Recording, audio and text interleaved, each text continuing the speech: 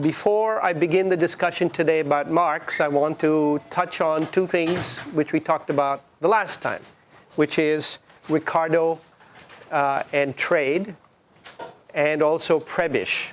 Let me start with the Prebisch thing.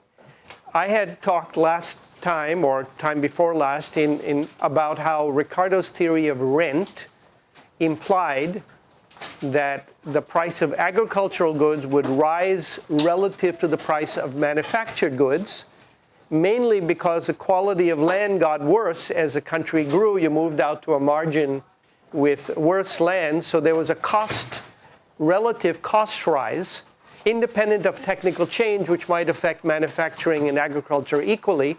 Agriculture had the additional thing that the quality of land declined.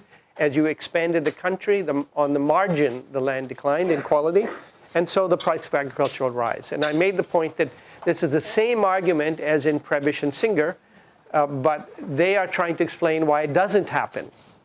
However, I think I got a little too enthusiastic about making the parallel because someone pointed out, and I don't remember what I said, so let me clarify it here. Prebisch and Singer do not use Ricardo's cost-based argument. They used an elasticities argument, which said that the demand for labor grew, the demand for agricultural goods had a lower income elasticity than the demand for manufactured goods, and therefore we expected its price to rise over time. Okay? So they based it on a elasticities issue, whereas I was referring to Ricardo's argument, which is based on a cost issue. It's on the supply side rather than the demand side. However, that idea that the prices of agricultural goods should rise over time can be viewed as coming from Ricardo originally, even though it gets transformed in its explanation. So that's just to correct. You are too young to know who Spiro Agnew is, but he was the vice president of Nixon, I think, and he famously said when he was caught saying something wrong that I misspoke myself. So I'm just correcting any misspeaking I might have done last time. Secondly, I pointed out in the theory of trade in Ricardo that a trade imbalance or trade surplus in a country would lead to it selling more goods abroad, and then money would therefore flow into it because it sells more goods abroad than it was buying, and so there'd be a net inflow of money into that country. And according to Ricardo, prices would rise, and therefore the country would lose its competitive advantage little by little. And in the other country, which was doing badly at first, prices would fall, so it would gain. So we have here England with high prices for corn, for wine and cloth. Portugal with low prices, but Portugal therefore is selling all the goods there. Money is flowing back into Portugal from England. So Portuguese prices begin to float upward. And English prices float downward, and there'll come a point where they're in the same range. Everybody with me there? Now, if the difference between the cost of wine and cloth in Portugal and the cost of wine and cloth in England were the same percentage, then when they floated down, they would have the same prices when they were in balance, because both of them have the same ratio to each other, and if the ratios are the same, this floating mechanism would cause them to, if one price is equal, the other would be equal too, because they have the same percentage. Everybody see that intuitively? Therefore, then there would be a balance of trade, but there'd be no exports or imports, because after all, you could go to Portugal or England, the goods would have the same prices in each, and there'd be no point in trading. However, Ricardo therefore argues that the basis for trade, for exports and imports, is not only this equalization principle, but differences in the relative price ratios. Because if these price ratios are different, then when this floating comes about, one of them is going to become lower than the corresponding one in the other country, while the other will still remain higher, and vice versa for England. So there'll be room for exports from one country and exports from the other, and trade will be potentially balanced. So that was Ricardo's point, is not only that there is this balancing mechanism, but the trade will only occur if there are differences. We call that now the theory of comparative costs. Trade occurs according to comparative costs. But that's only true if you follow Ricardo. It's not true in Adam Smith, who makes the argument that trade occurs because some countries have lower cost, absolute cost. And there's no mechanism in Adam Smith to make that cost advantage disappear, except technical change or institutional structure or whatever catching up and so on. These are profoundly different notions of how international trade works. If the Ricardian notion is correct, then a poor country with high costs, less developed technology perhaps, and let's say wages which are not sufficiently low to compensate for the lower productivity, so it has high costs, meets a country with low costs. According to Ricardo, it'll just have to trust in trade and it'll become equal. According to Smith, the country with the high cost is effectively in deep doo-doo, to use another presidential phrase from another presidential election in the US, and will not be able to catch up unless it modernizes and or reduces its wages. So there's a unit labor cost. The wages have to be pushed down and or productivity has to be pushed up to make the country cheaper. So that, I would argue, is what happens in practice in Korea and Japan and China, who have not only got lower wages, but they've also increased their productivity tremendously to maintain their competitive advantage. Okay? So this difference, the Ricardian path, the Smithian path to trade, and the Ricardian path to trade are fundamentally opposing visions of how international trade takes place. And we're going to return to that issue when we ask the question, is there a theory of trade in international trade in Marx? And the answer is no. But anyway, I'll ask the question. Yes? So would Adam Smith's theory of international trade would be similar to Marx's if it was one? I'm going to argue that, in fact, Marx overthrows the Ricardian principle. I'd mentioned that before, of monetary flow, because Marx wrote a great deal against the quantity theory of money, which he literally thought was humbug. I was asking about between Smith and Marx, because you... Well, that's the point. Wait a minute. So by overthrowing Ricardo, he says that what happens is that the mechanism that Ricardo is positing is false because the money flows don't make prices change, they make interest rates change, and they therefore lock in the differences that Adam Smith is talking about. They lock in the absolute advantage. If you have higher costs in a country, you're not going to be saved by the quantity theory of money because money is leaving your country. All that'll happen is your interest rate will rise, capital will flow into your country, and you'll end up being a country with a trade deficit, which is also an international debtor. And that follows logically from the comment that Marx makes about Ricardo's key mechanism. But Marx, as far as we know, does not develop this argument in any of the published works that we have, which is going to be the central theme today.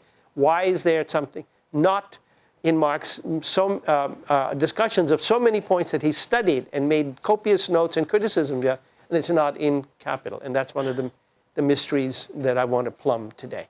So I would argue, yes, following Marx's argument, you end up back with Smith's absolute advantage.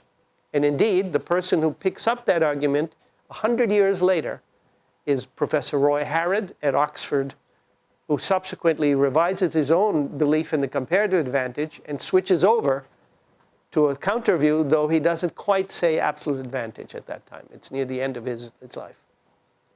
So it's a very interesting mystery story about the theory of international trade. And we're going to come back to that. All right? Okay. So now, in discussing Marx, I want to start off by something that leads to this issue we just mentioned, which is the incompleteness in his work, by telling you a little bit of his life. There are many biographies, good biographies of Marx. Some are better than others, but you can find many of them. But there are not many of Engels. And therefore, I want to take the time to mention that you should look for a book called Marx's General.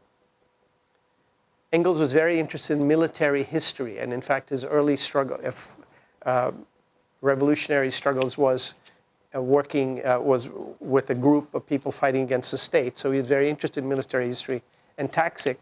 So the book is called Marx's General, meaning that Engels was the general, the tactical. And it is about Engels as not just as an intellectual, but as a person. And we forget that these people were real people, had real attributes and real concerns in addition to this monumental body of work that they bequeathed us in one form or another. So I found it really entertaining. It's extremely well written, and it gives you insight into someone who's not often mentioned as a person except as the sidekick to Marx. And he was in his own right an extraordinary person, really brilliant.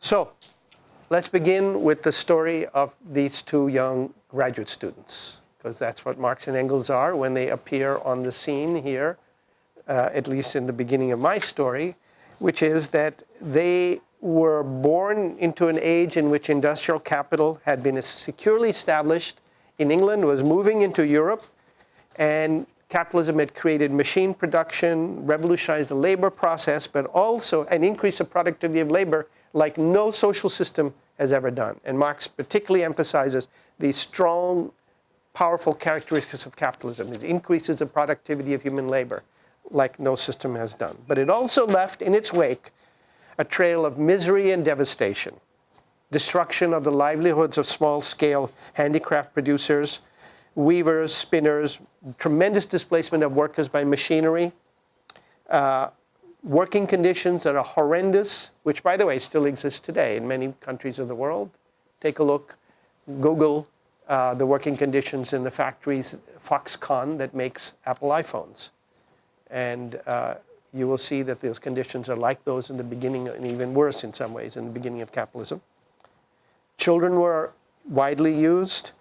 Urbanization of society, terrible crowding into slums, rampant with disease and crime, and therefore, in reaction to this newly created and newly expanded working class constantly was rebelling against these conditions. There were riots, rebellions, and revolutions in that same time. So this is the stage, the historical stage on which these two young men appear, German postdocs. I don't know if Engels had a doctorate, but Marx certainly was a PhD.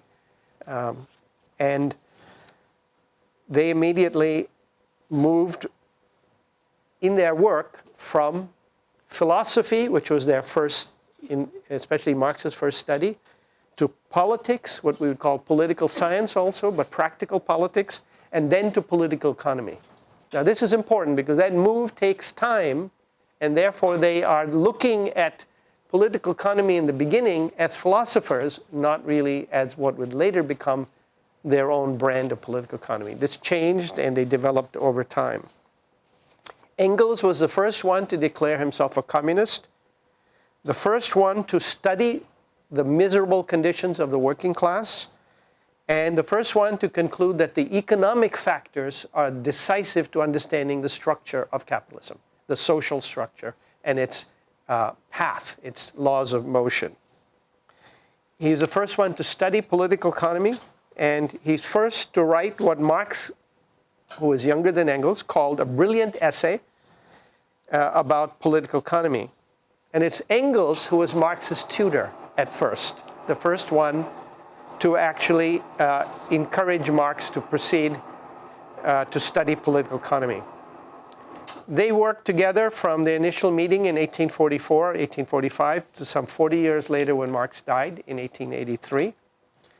And they were very close friends. They wrote to each other very often. In those days, by the way, from what I've been told, is what I understand is that you could write a letter in England in the morning in London, and it would be in Manchester in the afternoon. Engels could write an answer and be back in England, back in London the same day. So there was email in those days. It was not our form, but that's a whole lot better than any snail mail that we have nowadays, where a letter from here to, say, Albany would take 3 days or 5 days to go. In those days, the distances were covered very rapidly.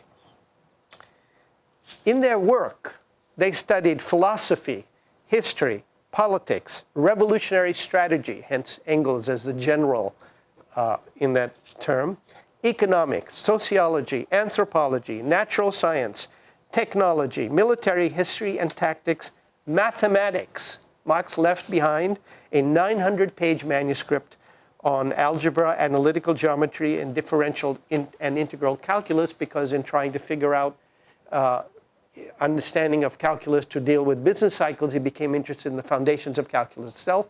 And as you know, Marx never wrote anything small, so his spare time doodling on mathematics is a 900-page manuscript, which I have in my office if you want to take a look at it, and is available on the web, I think, now. They were not just intellectuals. They were deeply involved in political activities, and they included the drafting of the Communist Manifesto, a now classic document in the literature, in the 18th century literature, 19th century literature. They're active in the revolutions of 1848, which I'll come back to. Both of them were on the street, on the ground, so to speak, fighting. And they participated in the League of Communists, which was an organization they joined when they went back to England, and later became involved in the First International. Marx did not found the First International, he became the sort of guiding force behind it for many time, which was the first organization of workers across countries, the First International. And of course, they were deeply involved in political struggles and documents and writing back and forth about strategies and tactics and lessons learned from history, and drinking beer.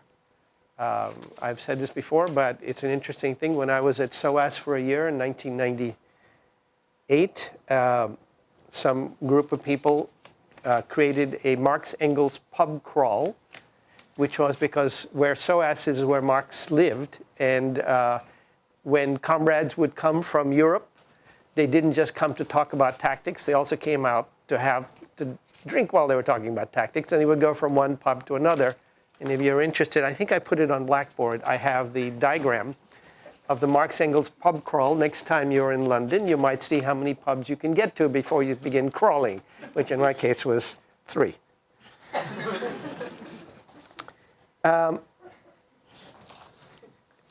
I bring all of this up because these were intellectuals, but politically active intellectuals. These were intellectuals who read theory, but they also read practice, they read history. Marx did an enormous amount of work on just data. He would go and study the documents in the library to understand how things were done, what was done, details about wages and hours of work and interest rates and prices and business cycles. So they were theorizing about capitalism, not about the writings about capitalism. Their object of investigation was the real object, not some idealized object, which is what happens when neoclassical theory becomes dominant, creates a fictitious object, perfect capitalism, perfect competition, perfect knowledge, perfect foresight, perfect rational choice, and all of that, and that becomes the object of investigation, and you make for the next 100 years or more than 100 years, you begin to investigate how that would work and try to make prescriptions about the real world. This was not their concern. They were not interested in that. They were interested in understanding how the system actually behaved. And in that sense, there's a sharp dividing line between Smith, Ricardo, Marx, and then Menger, Walras, and all the early founders of neoclassical economics who were trying to construct a different question, which is not how capitalism operates, but how does it operate in reference to this idealized world.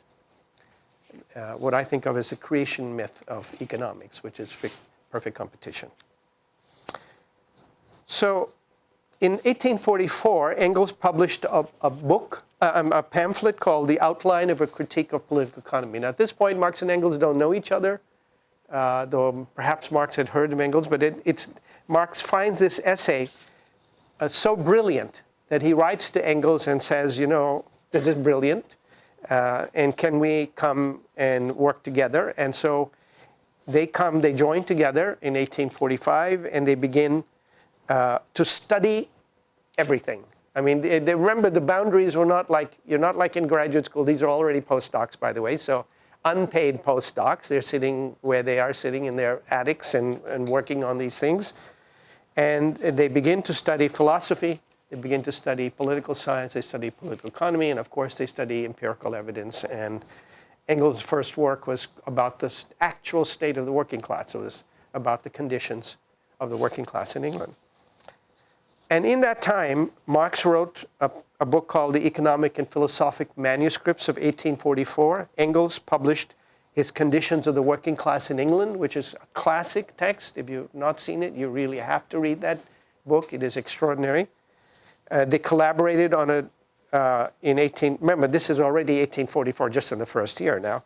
In the next year, they published The Holy Family, 1845, and The German Ideology, 1846.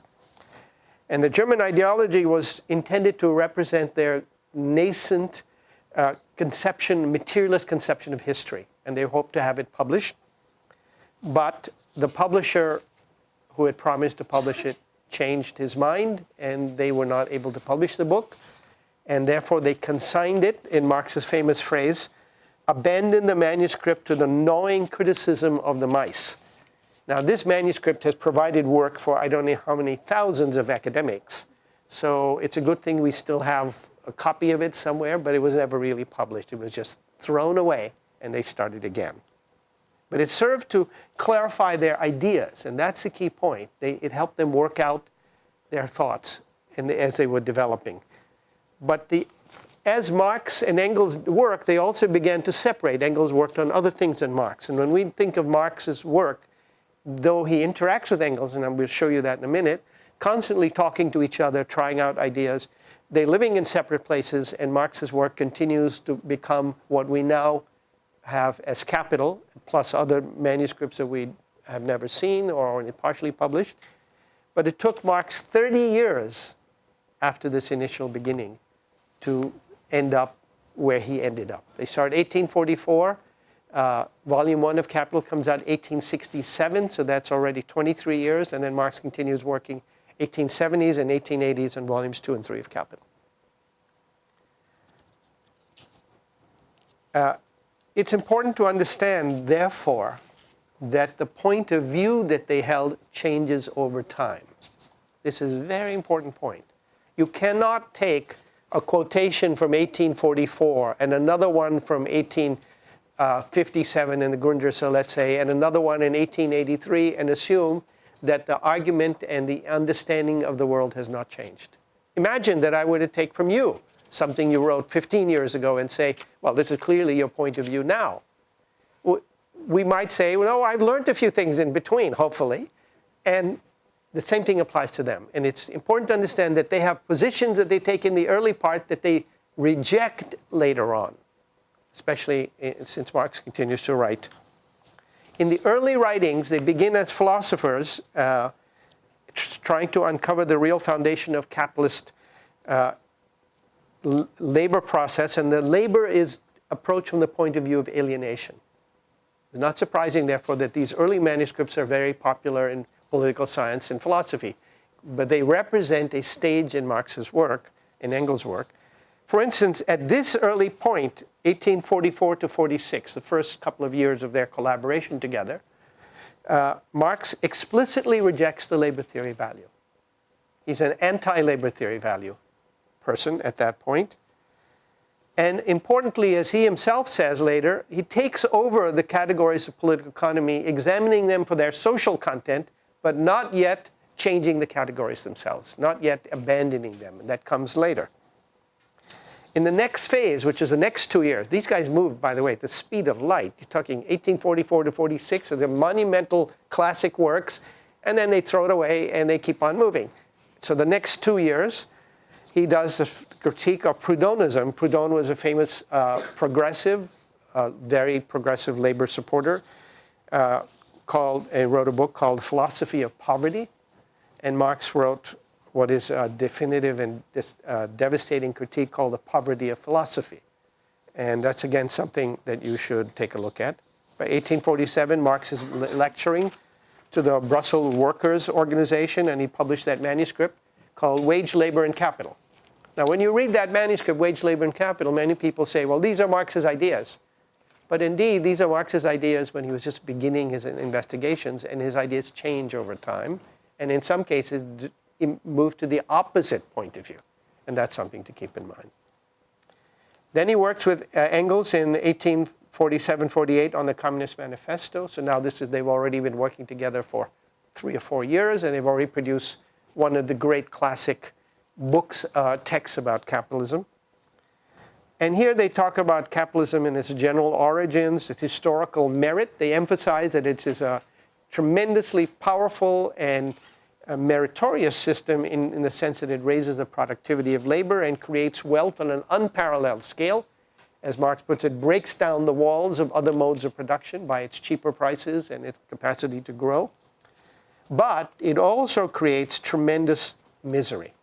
And this is the point of the argument. It creates wealth on one side and displacement and poverty on another side. And this duality in Marx is never meant to be accidental. The two sides are linked because the mechanisms that create one create the other. And we're going to come back to this point, but these mechanisms are linked. So the point is that they see capitalism as contradictory. And this is a fundamental theme, again, that maintains, even though they may change the contradiction, they maintain the theme that this system is contradictory. Now, at this point, Marx still holds views, which, again, he will subsequently abandon. As I said, he opposes the labor theory value, later becomes the greatest proponent of the labor theory value. In this moment, he is also he took over from the classical economists the idea that wages were subsistence wages at a minimum. And even thought that the minimum would decline over time, following, say, Ricardian arguments or Malthusian arguments. And these he's picking up from the major figures in political economy of that time. But remember that Marx is one of the great activists as well as the great theorists of raising the wage of labor by struggling for better working conditions and better organization of labor, and creating, in fact, or joining, in fact, the First International to work for such things.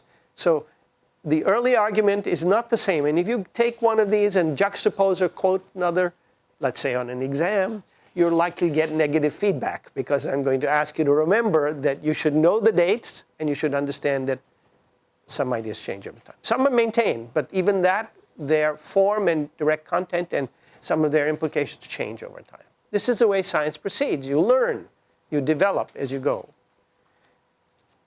And many of the ideas that are later crucial for Marx, such as in Capital, constant variable capital, the theory of money, prices of production as a transformation of value, crises stemming from the falling rate of profit, these are not there yet because he hasn't invented them yet. They haven't appeared on the scene. The third stage comes from 1848 to 1850. So now we're already looking 4 to 6 years later after they first met. You should be so lucky to meet someone that you could work with and produce works that change the understanding of the society while you're still trying to figure out what the right answer is, right? That would be pretty great. 1847, a crisis erupts across capitalism, industrial capitalism in Europe, continental Europe. In 1848, there's a revolution in Paris, and then there's a similar counterpart in March in an insurrection in Cologne, and upsurges in Vienna and Berlin. Marx, having been banned from Prussia in 1844 and banned from Paris in 1845, was arrested by the authorities and expelled from Belgium. But by that time, there was a new government in Paris, so he could go back to Paris and rejoin Engels. And then after that, because of all the revolutions and rebellions springing up, Engels and Marx both went to Germany and threw themselves into the street struggles, the revolutionary struggles in Germany.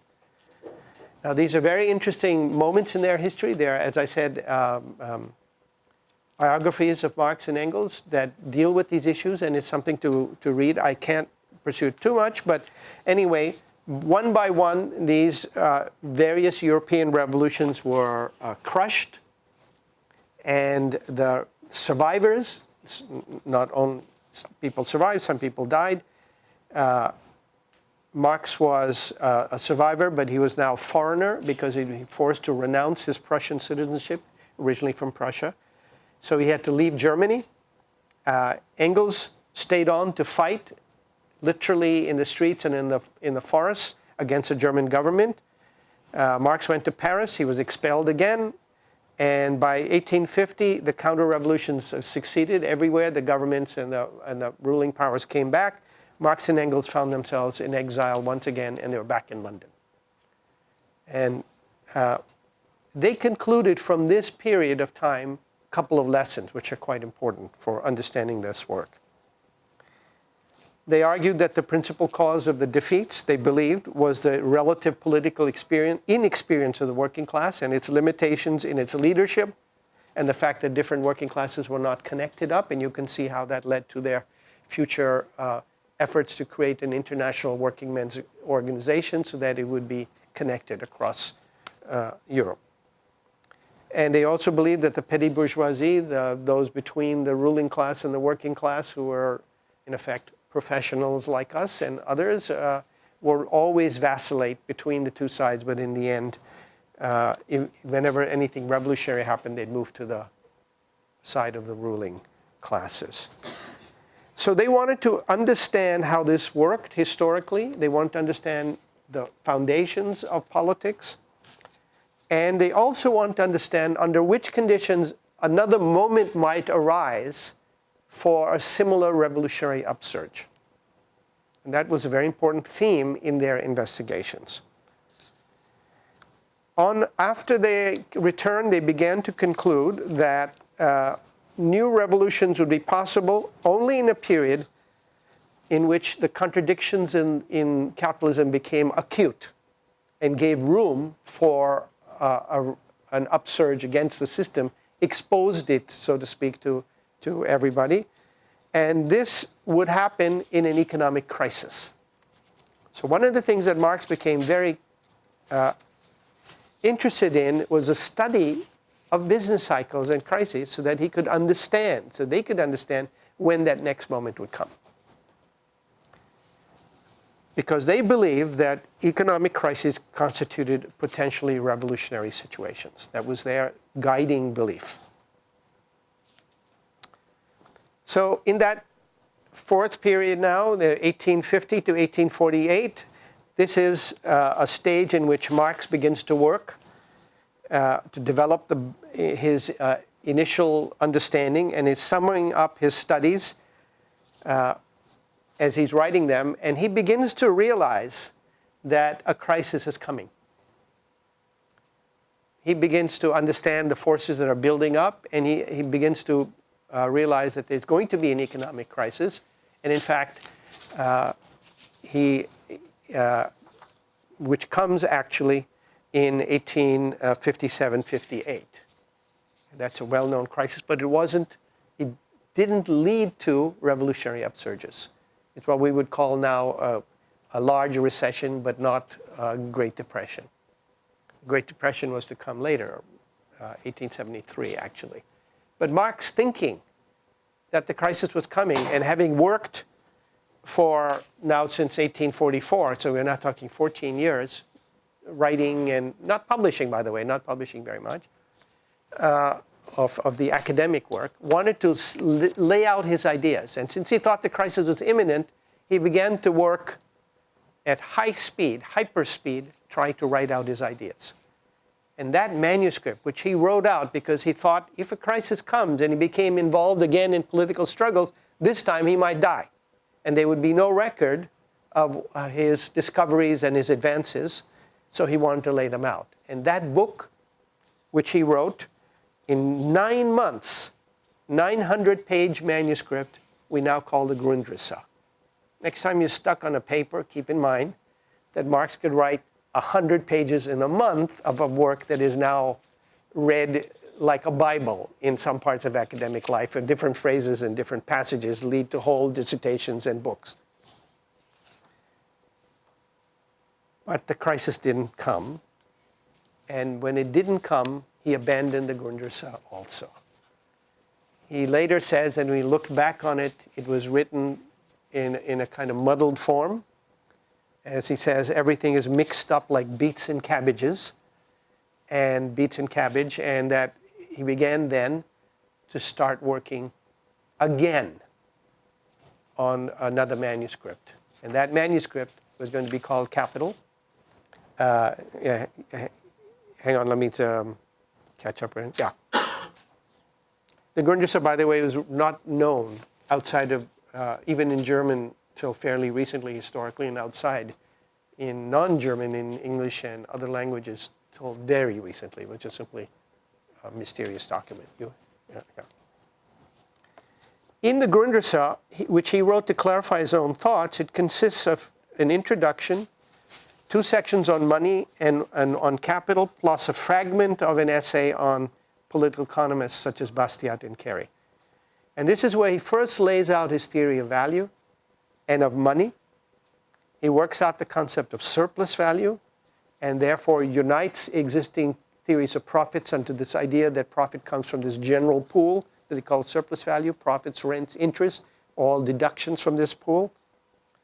And he tries to link it to a materialist conception of history. The concept of value as a hidden basis of price, and the concept of surplus value as a hidden basis of profit in general, rents, profits, and interest. It's the first place that he distinguishes between constant and variable capital, between absolute and relative surplus value, all categories we're going to come to, and talks about the non-proportionality of prices to labor values.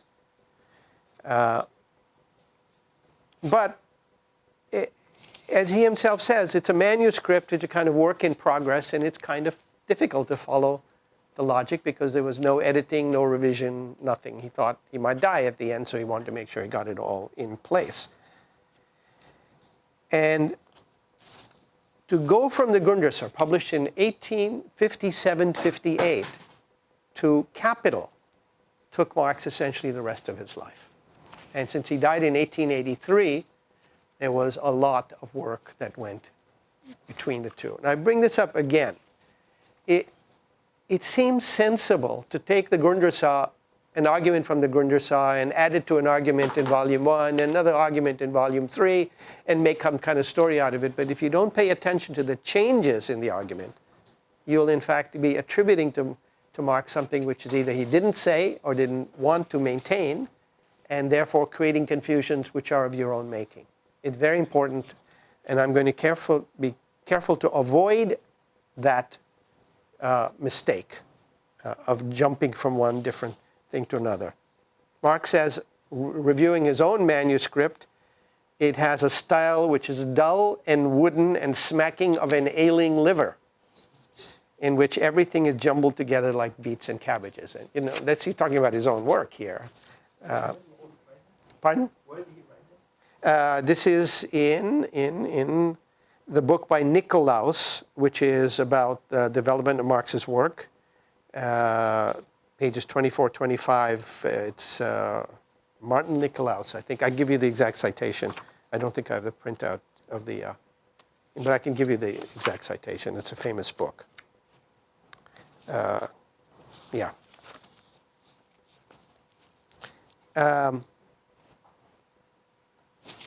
So, what we know, and this is very important, is that in the Grundrisse, and he lays out a plan of his future work. If he did get killed, that's not going to happen, but if he didn't get killed, this is what he was going to do. And that plan has a structure. And then in 1867, which is 10 years later, he has a condensed version of that plan because he's given up on some of the original plan because he doesn't have the time, because he's involved in so many things at the same time. Political activities, revolutionary advice to comrades all over the world, as well as studying, spending hours and hours in the British Library, days and days, months and months, reading about history. For instance, at one point, Marx was very interested in the theory of rent, which is in Ricardo, as we've talked about. But he was interested in the history of rent. He wasn't just interested in saying what Ricardo said. He was interested in knowing how it actually worked. Now, of course, he could study English. And he could, of course, read French. And, of course, he could read German. I mean, everybody reads all those languages. But he believed that it was important to study rent in Russian. So he taught himself Russian in order to study the history of rent in Russian. Now, whenever we look at these people, we sometimes forget the distance between their abilities and ours. Think about this, that you were working on 1,000 different things, didn't have enough money to eat, didn't have time to do your work, but you needed to pursue this point, so you take a little time out to study Russian. And then, by the way, you become interested in mathematics, so you write a 900-page book on manuscript, on mathematics, while you're doing your main body of work. So let me go to the plan. Let me just sort of, while this is happening, tell you that if you look at the section in the Grundrisse on money, Marx reworked that, and the one on capital he reworked that, and he was going to publish a book called Contribution to the Critique of Political Economy. Part 1 was money, and he got a publisher to do it, and Part 2 was going to be on capital. We know Part 1 because it was published. It was, as Marx said, so non-popular that the publisher withdrew his offer to publish the second part. And so that revision of Grundrisse, which came out as money, the second part as capital, got lost. We don't know where the manuscript is. And it's very interesting because we don't know what he did in that second part. So that was already material which he then reworked into what we now call capital. But to do that, let me try to explain. Can you make it smaller so that you can see more of the screen? I should have done that before when I came in, sorry. Yeah, if there's usually down here. You see it down here at the bottom? Here, down here. Yeah, if you just move a little bit so we can see. Okay, can you read that? Oh, too bad. Okay, never mind. I take it back. Okay, we'll scroll down. Okay, that's fine. Okay, that's good. Can you read that? Okay. So the early plan, which is in 1857, while he's contemplating death and trying to write, is that he would write volume 1, and the stars, by the way, indicate the degree of completion of his plan. So volume 1, production process of capital, and some basic discussion of wages that he was going to include in this volume. And this came out in 1867, 10 years later.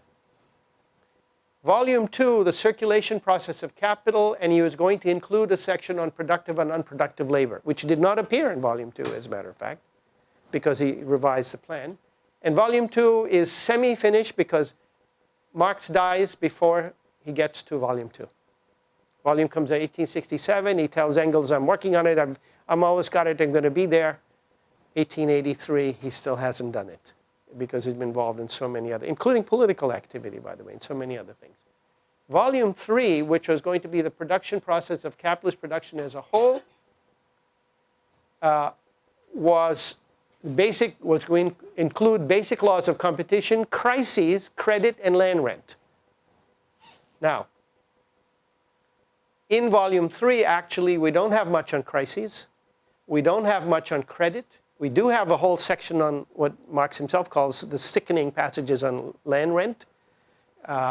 And we don't have in Volume 2 productive and unproductive labor in any degree. So what he actually did was different from his plan. Now, he believed that these 3 volumes were only parts of a set of books. And in fact, if you could scroll down a little, back up a little bit, these first 3 volumes are part of a single book called On Capital. And he planned to write Volume 1, Volume 2, Volume 3, and then include discussions, empirical material on market prices, empirical material on prosperity and crisis, what we now call business cycle theory, and evidence on the credit system, share capital, which means stock market, bond market, all of these things he studied in great detail empirically. So all of that was going to go into the first book. Now, if you think of it that way, he only finished the first quarter of the first book himself. The rest of it was put together by Engels from some outlines that Marx had and Engels' judgment about what should go and what shouldn't go. And this is important because when we ask, where's Marx's theory of trade? We don't know the answer because it didn't appear in Volume 3 for a reason. If you go down, the second book was going to be on landed property in detail, treatment of land ownership. This is one of the reasons he studied Russian, historical forms, modern landed property in Europe, United States, and Russia. These were the historical and empirical sections he was going to do. On wages, the treatment of wages, the theory of wages, the treatment of skills, services, unproductive labor in general, wage differentials, and the historical and empirical movement of wages. Then, the state. Discussions of the state, its power of spending, its limits, its politics, its role to economics. Then foreign trade, which is why it doesn't appear in volume 3 of Capital. And then the whole thing put together in a study of capitalism as a whole on the world market and crisis. Now, why is this important? When Marx was dying, he knew that he had only finished that volume 1 of Capital, which was only 1/4 of the first volume that he had planned in his original plan. He changed the plan. We're going to come to that. He believed that he laid out the material, or that the material was there for others to continue his work. But as I'm going to point out, the Marxist movement actually rapidly began to reject his work, taking just a few elements and going against that, and an argument that I'm going to elaborate on in a minute. So in fact, instead of a continuation, you got an alternate path taken with the development of the concept of monopoly capital and monopoly replacing competition. So then the excuse was, you can throw all this out. This is all about competition. Now we have monopoly, and we develop the argument in a different way. So there's a whole history of the development of the Marxist tradition, which is actually anti-Marx in an important way. Okay, so this is the 1857. 1867, the next one.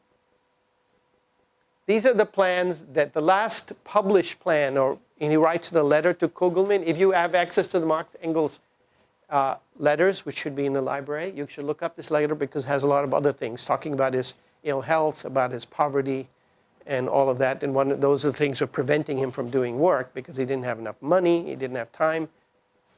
But this passage is what I cut out from it. And at this point, he's just about to send in volume 1. He's just sent it in, I think, to Engels, but not the other volumes as I had originally intended. And now there will probably be 3 volumes. Volume 1, Process of Production, we know that was published. Process of Circulation, that was not published. Engels created it after Marx died. Volume 3, Structure of Production Process of a whole, not published. Engels cobbled together a very loose set of manuscripts, which he carefully tells people, this is the best I could do. Engels himself was quite old by the time he was doing this. He was near the end of his own life. And the history of theory, which we call theories of surplus value, but that was not theories of surplus value. Theories of surplus value was Marx's reading notes on others, not the book that he intended to write, which of course would have had a different form. So at this point, he wanted to include these 2 in the first volume and the second volume, and so on. But we know none of that took place. What happened is volume 1 became this, volume 2, volume 3, and there's no volume 4, but there was theories of surplus value. Okay. Any questions now so far?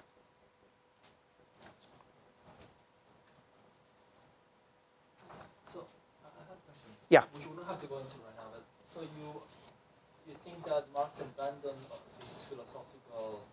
Well, it depends on what you attribute to him for his philosophical work. That's a difficult problem, you know. If you attribute, let's say, the emphasis on alienated labor, which is one of the common attributions from that early phase, it's clear that his treatment of labor changes dramatically over time. And so though alienated labor may be an aspect of his argument, other aspects like the production of surplus value become very crucial. The role of labor in the labor process, the absolute and relative surplus value, the displacement of labor and its miserable conditions, but also the potential for it to fight against capitalism. And it's not grounded anymore in the notion of just alienated labor. There are more concrete historical mechanisms that he focuses on. So, and of course, there's a huge literature about this. But one of the things about that literature is it tends to take a piece of Marx's work at a particular time and treat that as the essence of his argument. And there are a few people who treat it more generally. Ernest Mandel is someone who wrote on the development of Karl Marx's economic thought, a very good book. And you can see he traces the development of these ideas. So I recommend if you're going to pursue any particular topic, especially if it comes from the earlier works, we can perhaps say that whatever his later works or those are his last ideas. Even these are incomplete. It's clear because we have manuscripts 10 years apart, and they don't always mesh because he's got development somewhere in between. I'm going to come to that when we talk about the transformation problem or the falling rate of profit and so on. So we have to treat these as scientific statements being worked out, and we have to pay attention then to the underlying logic of them in order to assess them, as well as the empirical evidence. Yes? Can you say his take on Proudhon work, was it like... No, I think he always attempted to have an analytical and critical approach to things, but that doesn't mean that his own ideas were unchanging. It's one thing to have an approach. It's another thing to say that your argument is unchanged. Let's say that you have, for instance, the idea that workers are driven to always a minimum wage. That's a different reading of the possibilities than one that says that workers have the capacity to change the wage within certain limits. In the case of the minimum wage, the limit is right there, right, at the lower end. In the other case, the limit depends on the consequences of wage increases on the accumulation of capital and the feedback. And that part appears as in a formal argument in Volume 1 of Capital, Chapter 25, which is the Reserve Army of Labor, which is all about the consequences of better conditions for workers which allow them to get higher wages, which, however, cut into profitability and undermine employment and feedback and undermine those conditions that set off the wage increase. Marx doesn't say you end up with minimum. He ends up saying you end up with a certain wage and a persistent level of unemployment. Now, those ideas don't appear in the early arguments at all. And they're very fundamental to the development of modern capitalism. We're going to come to that. That's going to be a big issue. I saw it, yes. The wage, labor, and capital. capital and the other pamphlet? Yeah. Quite far apart, yeah. Wage, labor, and capital is in the late 1840s. And the other one is called Wages, Prices, and Profits, which I believe is 1850s, around the time he's doing the Gringer set. So yes, they are different. And it's interesting to compare the two just for that reason. And that's why it's so important to know that these are historically situated documents. I saw another hand somewhere in the back. Did I miss anyone? No? Yeah. I'm just wondering in which respect the change of this plan is important? Well, we know that for one thing, he was in ill health. He was seriously overworked. He was extremely poor. Often didn't have even money to leave the house because he had to pawn his clothes. When his two young children died, his daughters died, they didn't have money for a funeral. So you're talking about a man who in one profound way was one of the most important people in that intellectual and political history. And another level was a poor person, middle class, but living in very straitened circumstances, very impoverished circumstances. And he often had to do work to earn money. He was a journalist. And he did some of those articles. Others he asked his friend Engels for money, often. And Engels generously gave as much as he could. That's why reading the book on Engels is so important. But Engels also actually did the homework, so to speak. Marx would get a job in the New York Tribune to write something, and then he'd say to Engels, look, I'm really in the middle of doing this work on credit and crisis. Can you do it for me? And they'll pay me. And Engels would do it. I mean, talk about a true friend. In order to give Marx time to do the work. But at the same time, Marx could never isolate himself. Unlike, say, someone in an ivory tower, he wasn't there. He was also involved in all these political activity. He became the guiding force of the First International, which occupied a huge amount of time and energy. But his hope was they would create something that had never been done before, which is a kind of international organization of labor. He didn't succeed, but he devoted a huge portion of his time. Should he have instead finished his damn book? Some days I definitely feel that would have been better, but in any case, he didn't. In which respect it's changed from Grundrisse? Very important. From the Grundrisse to the contribution, which was the first part of the Grundrisse on money published, and there was a second part, we don't know what happened, it disappeared. And then he did that again, but the money part in the contribution appears in volume 1 of Capital just in a very small section. It's been condensed. And therefore, it's even more obscure and elliptical because you don't know what it's about. He was going to deal with it later in volume 3. One of the things that when you're just, suppose we just talk about Capital, volumes 1 to 3. One of the things people should understand is that he frequently postpones the implications of an argument to later because it was in his intention to pick it up later. But there wasn't a later. He didn't get there. So what we have is a statement saying, and these issues will become important later. And we're going, where exactly is this? And it isn't there. So you then have to understand the logic of the argument to see for yourself if you can tie it to the logic as it develops and then draw the implications yourself. The question of international trade is exactly that kind of issue.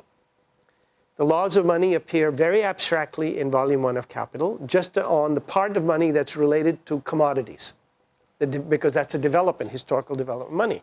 And it's brilliantly done, though it's quite difficult if you haven't had some experience with it, but it's really brilliant. But there's no discussion of credit, there's no discussion of financial markets, because that was going to come in volume 3. So you go to volume 3 and go, okay, and there is a discussion of credit markets and all that, but where is this going to tie back to trade, to Ricardo's quantity theory of money, which Marx overthrows in volume 1. So what's the implication for Ricardo? And you get a passage in Marx that says, Ricardo's argument is a complete humbug. Because money flows don't raise prices, they actually lower interest rates, and this has a different effect, but it doesn't change prices.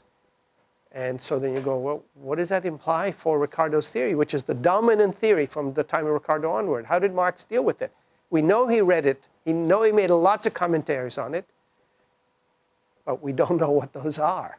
And what we're left with is to deduce from the logic of his argument what would have been the implication. Now, what I found really striking is that nobody in the Marxist literature did that, in fact.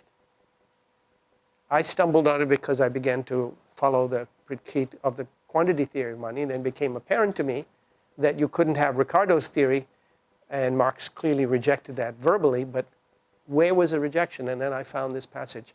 By the way, this was before you could do a Google search. So I actually had to read all 3,000 pages to figure out where this one was.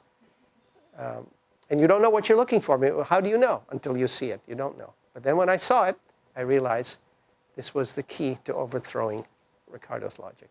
And I must say, I've been making that argument since 1979 with zero effect on the literature, almost zero effect. So. Yes. Like you praised the changes in thought for questions. Is there also Well, I don't think so in volumes 1 through 3, but again, it's not clear that he has any particular abstract methodology. He does develop arguments in a particular way. For instance, he develops them in what he considers to be the order relevant to the exposition, not the historical order. So therefore, you get profit and wages first, even though rent historically comes first. You get profit before interest, even though historically interest comes before profit. You get the forms of money developed historically, but they're aimed with the development of modern money rather than. So one has to keep that in mind. Rent appears at the very end, though historically it appears very first. And that's because he has a certain methodological stance, which is that you have to take the foundations and show how, as they're made more concrete, their implications can inform us about things that appear to be quite unrelated, but are in fact related. Now, let me explain that. The theory of rent in Marx is a question of a deduction from the profit that capitalists earn, right? The theory of interest becomes a deduction also. So he has to have a theory of profit in general, which he says is located in surplus value, before he can develop how it's split up.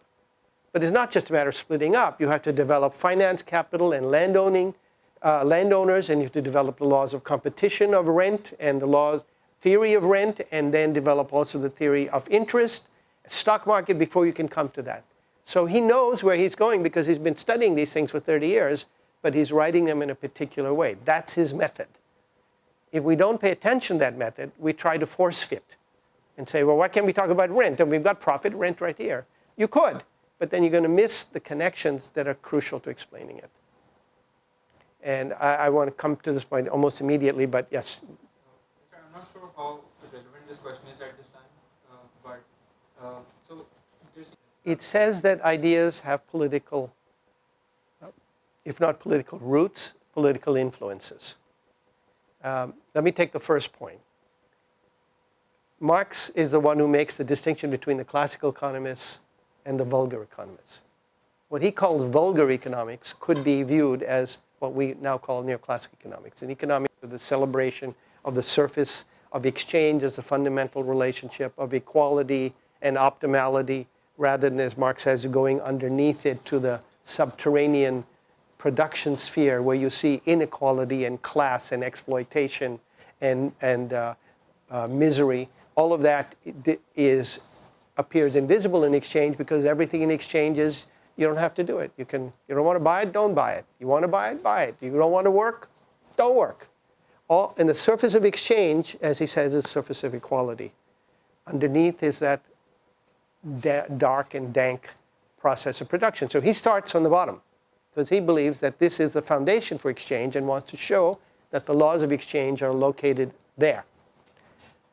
The vulgar economists start from exchange and try to locate the laws right in exchange, and then try to make production a kind of moment, a deviation from exchange. And that's, of course, neoclassical theory. That's how it always starts. Take any book, you start off by saying, we talk about exchange. Then what is production? Exchange involving time, so that it's present versus future, and you have to produce the stuff to get to the future, and production is brought in backwards. So this is a very different view. But of course, in a capitalist system, the view that's going to be much more appealing, so to speak, is a view that says that the system is equal, that it's optimal, that it's near perfect. So it's not surprising that that second aspect becomes dominant. The moving away from structure and turbulence and inequality and untrustworthiness. Remember the passages I read from Smith about saying the one class you can't trust is the capitalist class because their interests are not the same as a nation as a whole. That gets reversed, and by the development of the neoclassical tradition, the capitalists become servants of the consumer. They literally are there to serve the interests of the consumer. They don't intervene, they don't cheat, they don't lie. They just try to produce what they can for the best interest of the whole. Now, one can imagine Marx or Engels or Smith or Ricardo rising from the grave and saying terrible things about this point of view, but they're not here. What we have from them is the ideas. And I'm going to try and show you how these ideas cohere. It's not just a matter of saying they said that. I'm going to argue throughout, as I said in this class, that this is actually a coherent foundation for a different reading. But that means that some things come much later than others, because there is a logic of the development. And some things which in orthodox theory appear right away appear very far in this theory because they have to be linked back to it. Okay? I want to move on to, so one more question. That's it, yeah. But we know that Marx publishes Volume 1 in 1870. And in the 1870s, he's still working on rent, and he studies banking, money market, rural relations in America and Russia, agronomy, agrochemistry, plant physiology, geology, and mathematics. In 1875, he makes calculations on movements of the rate of profit and surplus value. And we still don't know what these calculations are because Engels didn't publish those particular manuscripts, so they are there someplace. And in 1876, he wrote a short but theoretically important section on rent, which now appears as chapter 44 in volume 3. And in 1878, he went back and did the schemes of reproduction, which he'd written for Volume 2 in 1870, but he didn't like it. So he wrote a second version in 1878. Now this is, again, what may appear to be an arcane point, but this is an example of the changes in view. If you read Volume 2 of Capital and read the sections on schemes of reproduction, you will not notice that Engels actually took parts from 1870 and parts from 1878 and merged them to make them seem like an extension of each other. But in fact, they actually are different, and there's a different point, and maybe even a contradictory point in the later ones compared to the early ones. And one way you can get that, Engels is very scrupulous. He tells you which pages come from which. Now you can Xerox them and assemble them by date and see if you see something different. What's different is, in the first section, Marx focuses on the algebra of the balance conditions, but he's not satisfied because he wants to know how it could come about. So in the second manuscript, 8 years later, he develops something which I've never seen anybody, including myself, successfully represent formally, which is the circulation of money. I used to do, in this class, I used to act out that section because blackboards are made of steel, and I had little things with magnets underneath them, and then I would move the money around. But this course is too short for that. That was a 2-semester course, so I could do that. But you could then see that section, what's the point? Because money goes in one direction, commodities go in the other, and it takes the money that appears once can sell these commodities. That money is gone again, so it sells another bunch of commodities. So you get the idea of turnover of money, the velocity of circulation, the movement between circuits of capital and circuits of revenue. Very profound stuff that is not yet incorporated into any theory of effective demand. And it's sitting there. Okay, so let me leave this for a moment and just say, by 1883, Marx was, by 1878, his health had deteriorated to such a point that he could no longer do any work on capital. He therefore postponed it in the hope of getting better. Another reason for Obamacare, by the way. He was not able to get better, and by 1883, he did write some things. In 1880, he wrote things on the law of the tendency of the rate of profit to fall. He revised some parts of Volume 2 and 3 of Capital, but he could not work, and he kept trying. And on the day that he died sitting next to his chair with part of a notebook saying, "On classes." And we don't know what that was. Just before 1883, when he knew he was dying, he asked his daughter Eleanor to pass his papers on to Engels with the request that Engels make something of them.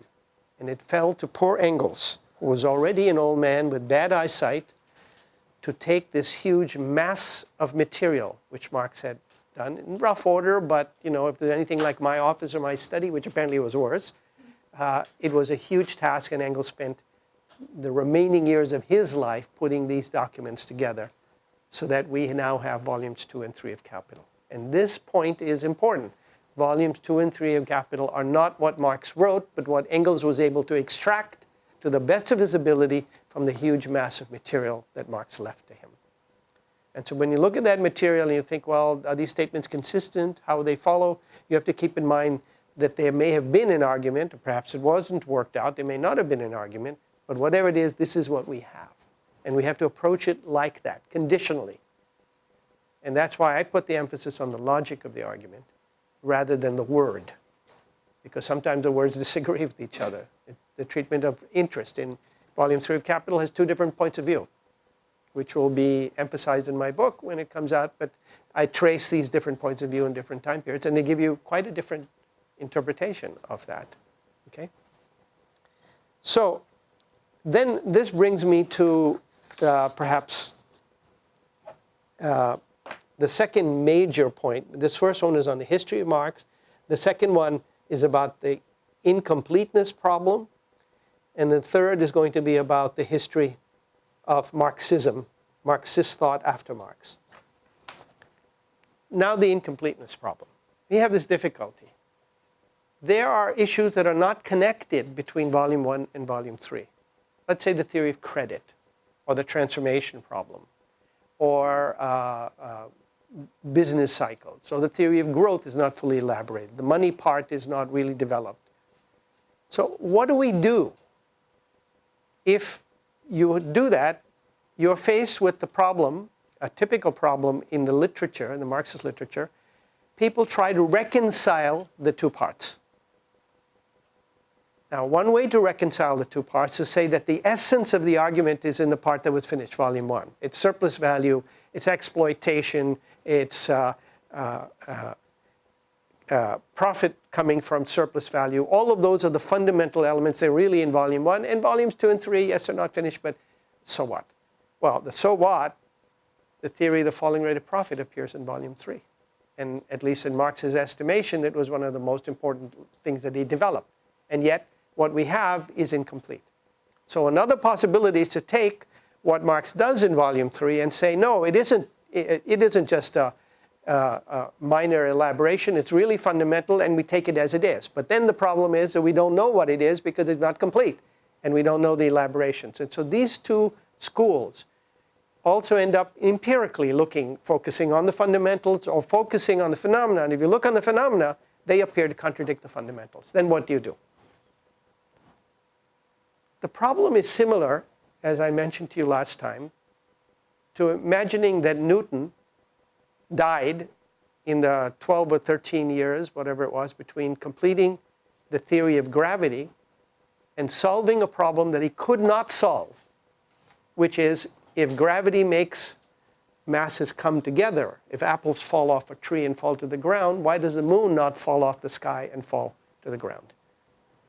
Now, it takes a genius to ask the question, and it takes an even greater genius to answer that. But it took this great genius a long period of time to go from the first part, which is the law of gravity, equivalent of volume 1, to the law of orbits, which is the equivalent of volume 3. Because what do you show when you explain that if you have two masses circling around each other, there's a possibility that they will adopt a stable orbital pattern?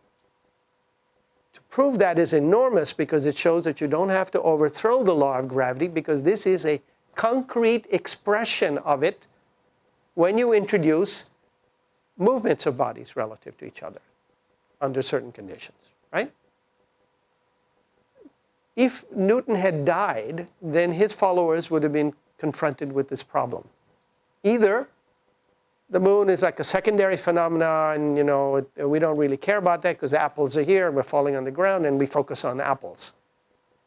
Or the fact that the moon doesn't fall to the ground means that we have to overthrow the law of gravity because it's clearly inconsistent, because Newton didn't provide that. A third possibility, much more difficult, would be to try to show that it is consistent. But that is difficult because you can't know until you do it whether it's true. So it's much easier to split into fundamentalists who say the real stuff is right here on the ground, so to speak, and those who are epiphenomenal. Always everything new means that the old ideas are gone because now I've seen the moon and I actually saw another planet and there are plenty out there, so clearly gravity doesn't work. The proper way, in my opinion, is to examine whether or not, and you may be wrong, by the way, and waste your whole life trying, but you examine whether or not these concrete patterns are really contradictory with the initial ones, or they're in fact concretizations of the initial ones. So, for instance, in volume 1 of Capital, Marx begins with the assumption that prices are proportional to labor time for the reasons that I talked about in Smith and Ricardo. He starts for exactly the same reason, because he doesn't want these deviations to interfere with the clear understanding that profit comes from surplus value. Volume 3, he takes up the question of the deviations, but he doesn't finish it. In fact, there's a very sketchy treatment. He may have done hundreds of other pages. I don't know, neither does anyone else. But what Engels put together is very sketchy. So we have the problem, the Newtonian problem of the break. And you have to approach it that way. It may be true that what is in volume 3 contradicts what's in volume 1. Or it may be true that it can be developed. It may be true that all of these contradict reality. You have to approach it as a series of arguments, series of hypotheses, series of logical statements, and see. And I'm going to try and show you that it's possible to construct a path, as we did with Ricardo to the concrete elements, for Marx to the concrete elements. Theory of unemployment, theory of international trade, theory of exchange rates, theory of growth, theory of relative prices, to name a few. They're there. So that's the second, the gap problem. Keep that in mind, that the two parts don't fit together. We don't even know what he intended them to fit together, because he didn't survive long enough to tell us. Yes. I'm sorry, you have to speak up. Could you please repeat what appears to be the contradiction between Sure. Here's in the literature. In Volume 1 of Capital, Marx makes the assumption that prices are proportional to labor time, which means, in his terminology, that price and value are equal. And this, he says, makes it very clear that profit comes from the surplus value extracted by each capitalist. Under this assumption, that's clear. The exploitation of labor becomes central. If you can make workers work longer, you get the profit yourself, and so on. But when you come to Volume 3, Marx himself argues, as we know he will, because Smith and Ricardo have already made that point, that prices have to deviate.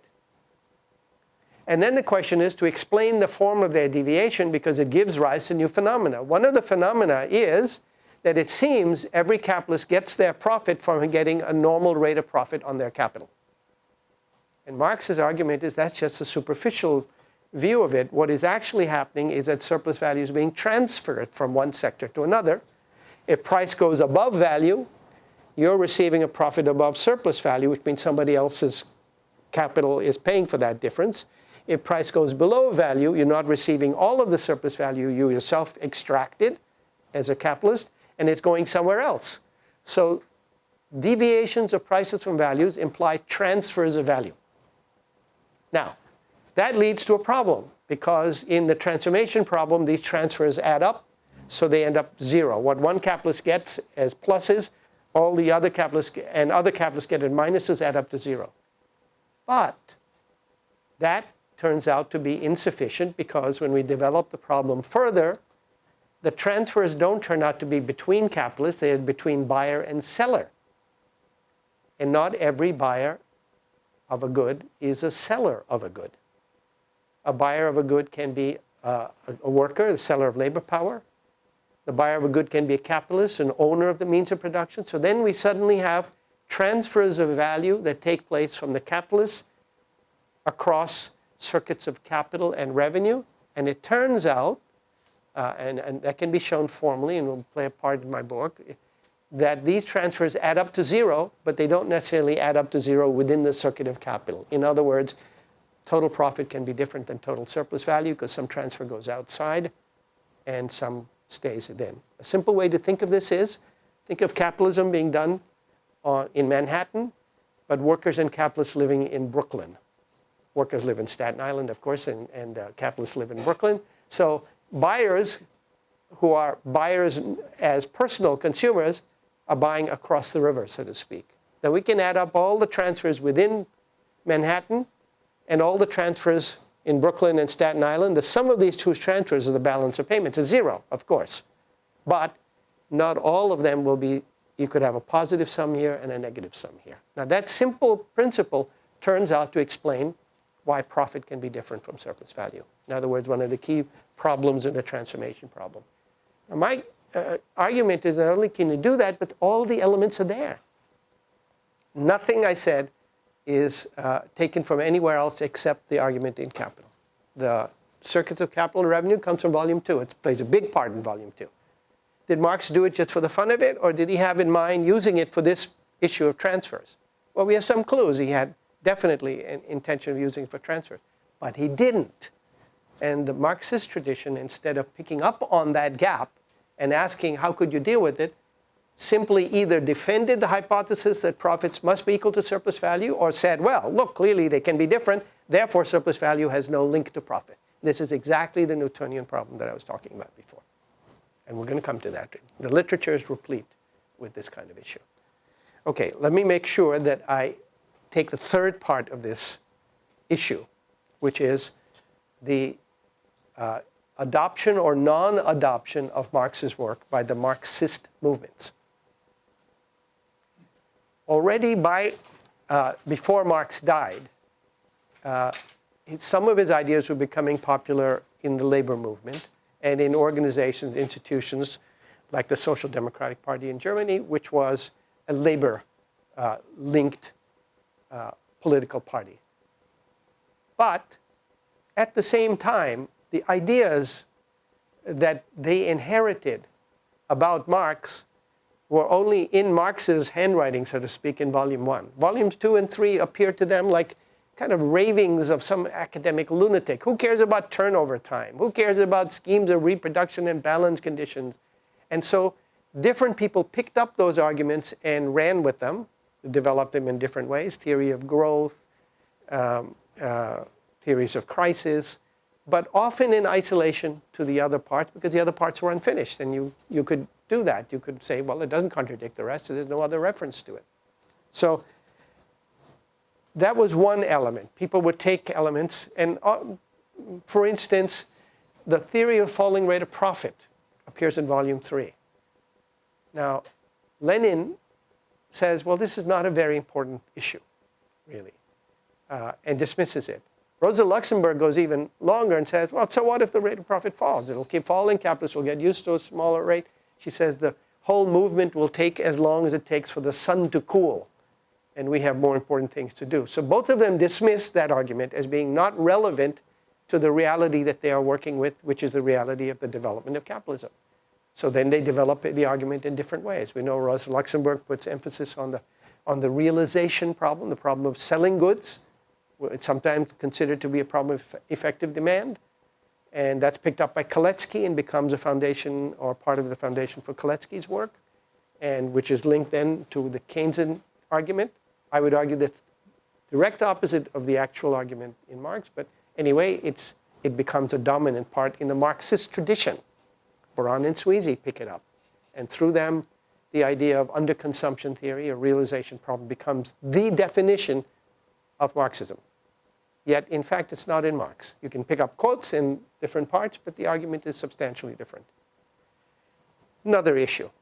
Marx's work is fundamentally premised on the idea of competition. You see that in Volume 1, Volume 2, Volume 3, and his arguments about credit and crises. He doesn't say that monopolies don't exist. But the point is that the fundamental driving mechanism is competition. And that's from Adam Smith, the idea of the invisible hand, which generates and shapes the patterns of the system against the intention. No capitalist wants an equal profit rate. Every capitalist wants to have all the profit. And hopefully all their competitors will have negative profits and they'll control everything. But so do the others. And Smith argues the consequence of the intention to get more profits is in fact an equalization of profit rates. Just like if there are low wage earners here and high wage earners here, and everybody wants higher wages, these folks are going to move over there and drive the wages down towards equality. And some of these people may be displaced to that side, so you get an equalization of wages and also displacement of who gets a job and who doesn't and which jobs and so on. That's the key normal understanding. The trouble is that by that time, an alternate view had developed, first coming from Kautsky and Bernstein, the inheritors of the leadership of the First International and very influential in the Social Democratic Party. And they begin to posit, with some support from Engels, that capitalism had now entered a new phase called monopoly. Now, I have to say, if you're organizing, if you're practically organizing, it's much easier to organize against monopoly than against capitalism. It's much easier to organize against the 1% and say the rest of us are on the 99% than saying that might be a 70 and 30%, because then you lose a lot. So then typically the focus becomes on the big capitals, the big monopolies, and they are the big players are clearly easy and visible, but it shifts the focus away from the laws of competition to power struggles against big and small. And so the focus in the Marxist literature shifts away from the laws of political economy to the laws of politics, to the laws of power balances. And that's why, in most of the Marxist literature, you find these two central power balance issues. Capital versus labor determines the rate of surplus value, the wage rate, productivity, so on. And monopoly capital versus other capitalists, where the monopolists suck up all the higher profits, create the profits they want. Most of the literature on the left is in this tradition. Koletsky is in that tradition. Markup pricing comes from that tradition. All of the imperfect competition stuff comes from that tradition, from the Marxist tradition, actually, of monopoly power. That may be correct. I'm going to argue it's not, but let's suppose it is correct. It's important at least to understand that that is not the argument in Marx. If anything, the argument in Marx is against that. So we want to look to see what that other argument is, to counterpose it, to see, is it really contradictory to the phenomena? Is it really true that the theory of competition, as you make it concrete, is contradicted by the empirical evidence? Or is it the opposite possibility, that as you make the theory of competition concrete, you make that move that Newton makes from the law of gravity to the law of orbits, and what appears as a different phenomena becomes incorporated into basic one. It shows as a necessary consequence, not just as a possibility, a necessary consequence of introducing more concrete factors. So that's the path I'm going to try to take in the course from now on, to take the argument in Marx seriously, but keep in mind that any particular level of abstraction cannot accommodate other phenomena until you ask what are the concrete elements that account for those phenomena. Okay? And that's really the strategy he follows. Okay. I was hoping to start with value, but it seems highly improbable. And let me just open up for a little discussion. We have about 20 minutes, and I can start the discussion of value. I'm not sure how far I can get. Any questions at this point? Yes? Yeah, indeed it might. And so to me, that's not the key question. The question is there a viable logic here, right? We don't know, because of the unpublished nature, we don't know. But we have, the manuscripts are now becoming available, by the way. We can actually look at them. But let's suppose that we find that there is a logic argument here that Marx rejects. That's obviously very important to know why it rejects. But we might end up saying, nonetheless, that we reject the rejection. Or we can reject the rejection on the grounds that there is a stronger logic in another part. That's normal. Every science has this. So that wouldn't be so surprising. But the main thing I'm trying to emphasize is that we have to pay attention to the connections. We pay attention to the fact that as he's writing, he's developing ideas. He's not throwing away what he did in Volume 1 and Volume 3. He's building up for a reason that, at least in his mind, is because they illuminate phenomena that he's reserved for later. Whether he's right or not, we should at least start with the possibility and examine that.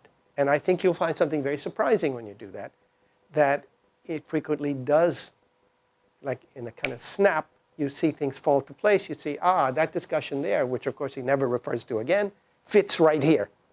And it's like a jigsaw puzzle. That piece fits, and then suddenly you can see the connections. I have to say, I've been trying to do this for a long time, and you see the pieces sometimes you don't. So I'm going to try and show you how far I've gotten in this. Yes. Let me back here first. I guess just for clarification, what would you say is the substantial difference? So here's Marxian economics tends to pick up from Marx things like alienation, which came from the early manuscripts, which doesn't appear much anywhere else, and exploitation, class struggle. That's Volume 1 of Capital, but that's only part of Volume 1. They don't tend to pick up the theory of money. They don't tend to pick up the theory of reserve army of labor. They don't tend to pick up stuff like the displacement of labor and the exploitation. So if there's a short answer to that one strand of Marxism is very labor-centric. It doesn't leave the waters of Volume 1 to go on and is totally uninterested in turnover time and schemes of reproduction and all those complicated algebraic things that no sensible person should ever have to read. So that's one strand. And that's a more political strand, and it makes sense. You can talk about surplus value and exploitation, and doesn't deal with the rest of the phenomena usually. A second strand says, look, the whole of Marx's work is now not relevant, except possibly this exploitation part, because that's not dependent on competition. That's dependent on class struggle. But the parts having to do with competition, relative prices, interest rates, all of that is just not true. It's determined by monopoly power. So now that makes it very simple because you have class power, class labor capital conflict within production. Exploitation comes from that. And then you have monopoly capital versus other capital and versus consumers in the sphere of circulation and pricing and distribution of profits. Now, it's a little bit vulgarized, but if you look and read, say, Baran and Sweezy, you see that these are the two elements that play the central role. The power struggle between big and small capital and the power struggle between capital and labor. So then this becomes the economic sociology of capitalism. There's a recent book, Capital as Power. Nitzan and something, it's on the web a lot of time. And they basically take this position as central. They think they've discovered it, which is not true. But anyway, this is periodically rediscovered that Marxism is really about power. I would argue that it's not reducible to that. Of course, these are crucial elements. But there's the power of the market over the powerful players. What does it mean to say the profit rates are equalized? Well, monopolists certainly don't like it. Neither do small capitalists. Who wants an equal profit rate? Only those who have below it. But nobody wants the profit rate they have. They would love to have a much higher profit rate. So the profit rate is equalized because there is a power over them. Not God, but the invisible hand. That's Adam Smith's point. If that's true, then this principle of the outcome being an unintended consequence is something that we can pursue fruitfully by making the concrete expressions of these unintended. We now call this, I just blanked out, the idea of structures, wholes, having a structure different than the parts. We call it now emergent properties. So what is profit rate equalization? It's an emergent property because it comes from the interaction of the individual elements, not from the intention, but from their collision, so to speak. Now that, I think, is a very fruitful way of looking at. And much of my research has been directed in showing that you can explain the patterns we observe now, today, from this simple classical principle that they are driving outcomes driven by unintended consequences of individual behaviors. And by the way, none of this requires optimizing. None of this requires maximizing. I'm going to elaborate a little bit, like digression a little bit, because I may not come back to it, but I said it before. Adam Smith does not require a capitalist to maximize profits. Adam Smith requires capitalists to try to make profit as much as they can, but that's different because they may be totally wrong. They may be, and he points out, many of them lose. It also doesn't require them to rush to where there's a higher profit rate. It just requires some diffusion in that direction. Some may see it, others may not. Some may see it and win from it. Some may not see it properly and lose from it. And if you look at business literature, you can easily see that what looks like a profit opportunity to some looks like a loss opportunity to others. It's not obvious. And so these patterns come about because the interacting elements react to stimuli, and there's a certain direction to their reaction. Yes, you want higher profits. Yes, you want higher wages. Yes, you want lower prices. But it doesn't follow that everybody needs to have that, nor does it follow that they have to calculate it with some anticipation that's correct. That's not necessary at all. And that leads us into a world away from optimizing to a world closer to statistical thermodynamics. A world where outcomes come from aggregate behavior within structural constraints rather than the intentions of the individual agents as being somehow perfect or far-seeing. So if this is true, then part of what you're reading now is against Marxist economics, at least as it's generally structured, and even against left heterodox economics, which is almost entirely dominated by monopoly capital views. You might not want to tell your Koletsky friends, for instance, that you have read this material that way, because part of what we'll do is to show that you can explain the phenomena that they care about without having to rely on monopoly at all. They're a necessary consequence of competition. Okay, so we have a bit of a journey, but in some sense it's the same path that Smith and Ricardo took, which is to show that this system has structural patterns, deep, endemic structural patterns, which do not come from the plans and intentions of capitalists, in the sense that they're not intended as their outcome, but rather from their motivations. And that means that if you want to change those patterns, you have to somehow go against the grain of the system. The system is not underdetermined. You could have full employment or not. Well, Marx is going to argue you can't have full employment, period. You will always have unemployment, because if you push for full employment, you'll create conditions that will displace labor somewhere else. Well, that's an interesting argument. Perhaps it's wrong, but it has deep consequences. If we look across the world today, we see massive underemployment and unemployment. Is this an accident? Is it a lack of effective demand? It's because leaders in the third world are just not as clever as leaders in the center? Or is it something about the structural relations between center and periphery, between developed and underdeveloped, between cost competitive and not? That's a key question, okay? Okay, so next time, this stuff is easy today. Next time we begin with the theory of value. Marx.